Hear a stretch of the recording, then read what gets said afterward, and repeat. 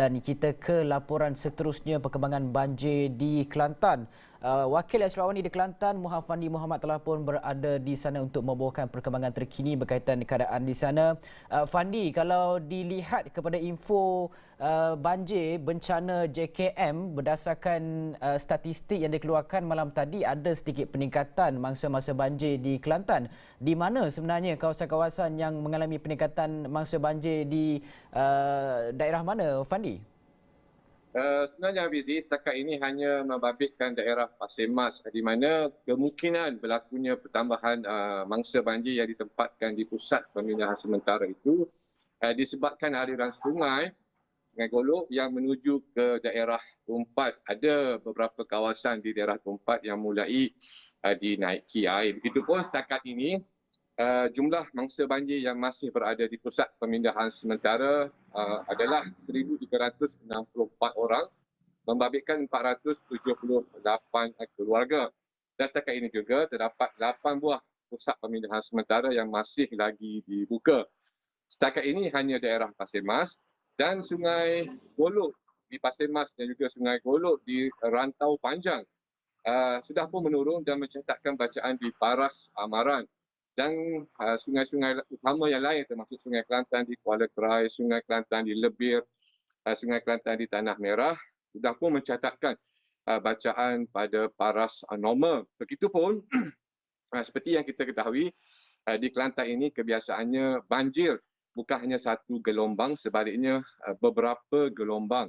Dan bagi penduduk yang berada di pinggir sungai, termasuklah di kawasan Kuala Kerai, Machang, Tanah Merah dan juga di Rantau Panjang, mereka dalam edah musim terhujung ini masih lagi berwaspada dan bersiap sedia.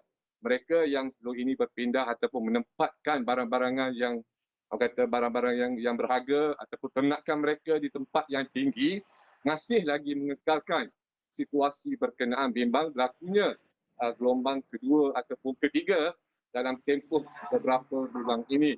Dan untuk makluman Hafizi, sebenarnya edah musim penghujan di Kelantan ini akan berakhir pada bulan Mac dan berkemungkinan apabila berlakunya taburan hujan yang agak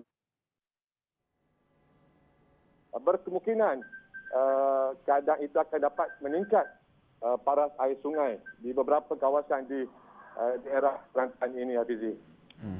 Okey, baik Fandi, dalam masa yang sama juga kita ingin mengetahui bagaimana sebenarnya penyaluran bantuan. Difahamkan ada bantuan RM1,000 disalurkan oleh pihak Kerajaan Persekutuan, tetapi bagaimana Fandi melihat bantuan-bantuan itu, sebab semalam ada berita palsu tular berkaitan katanya bantuan tersebut tarikhnya telah pun ditutup permohonan, tetapi sebenarnya ia masih lagi berjalan dan setakat ini tiada sebarang tarikh tutup permohonan untuk mangsa-mangsa banjir. Bagaimana sebenarnya mangsa-mangsa banjir ini boleh mendapatkan bantuan RM1,000 itu, kerana difahamkan ada masa-masa yang kehilangan kad pengenalan, kehilangan dokumen pengenalan diri.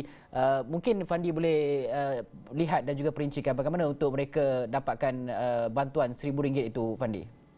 Sebenarnya merujuk kepada bantuan apa juga bentuk bantuan sama ada yang disalurkan melalui NADMA ataupun kerajaan negeri, biasanya senarai nama itu akan dikemukakan oleh wakil masyarakat ataupun ketua kampung.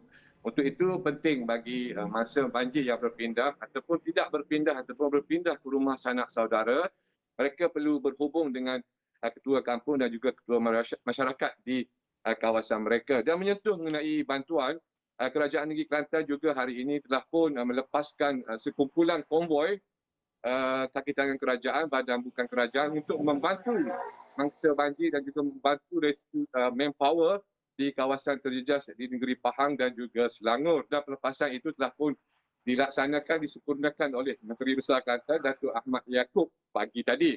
Sebelum itu terdapat sekumpulan badan bukan kerajaan dan juga kumpulan pacuan empat roda telah pun berlepas malam dari daerah Kuala Kerai untuk tujuan yang sama, membantu mangsa banjir di Selangor dan juga Pahang. Dan untuk makluman Hafizi juga, pada ketika ini kita tahu cuti Christmas dan ramai pantauan daripada sebelah Lembah Kelang dan juga Kuala Lumpur telah mulai pulang ke Kelantan ini. Dan semalam saya dimaklumkan laluan menghubungkan Kuala Lumpur, Bentong, Raub, Kuala Lipis dan juga Gua Musang telah boleh dilalui.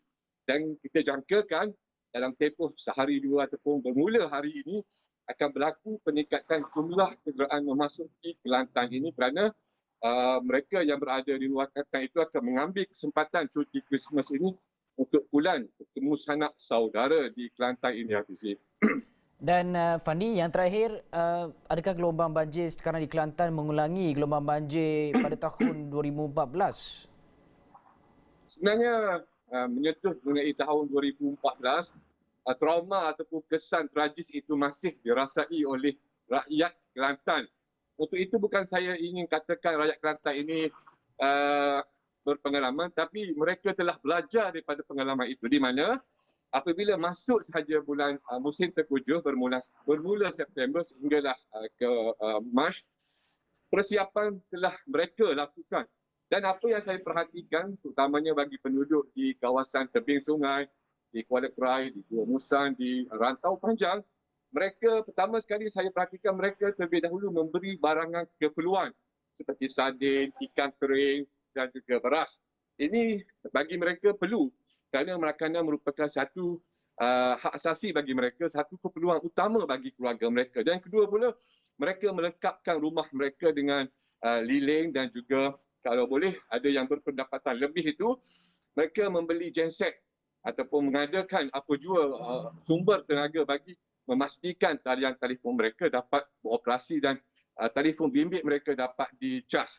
Itu yang saya perhatikan. Mereka belajar daripada pengalaman. Mereka sudah terserik apabila banjir 2014 di mana kesemua kawasan terputus hubungan, mereka terpaksa berlapar, mereka terpaksa orang kata tidak diselamatkan, mereka terpaksa mencari alternatif diri. Jadi untuk itu mereka telah bersedia lebih awal. Namun kita tahu selepas daripada 2014 belum ada lagi banjir buruk, banjir terbesar di Kelantan ini, namun sikap sedemikian yang dipamerkan oleh sebahagian rakyat Kelantan, saya perlu puji kerana mereka telah bersiap sedia dan juga melengkapkan keluarga mereka dengan persiapan-persiapan yang memungkinkan jika berlakunya banjir besar, mereka telah bersedia lebih awal, Hafizi. Okey, baik. Terima kasih Fandi yang berada di Kelantan membawakan perkembangan berkaitan dengan situasi banjir di negeri tersebut.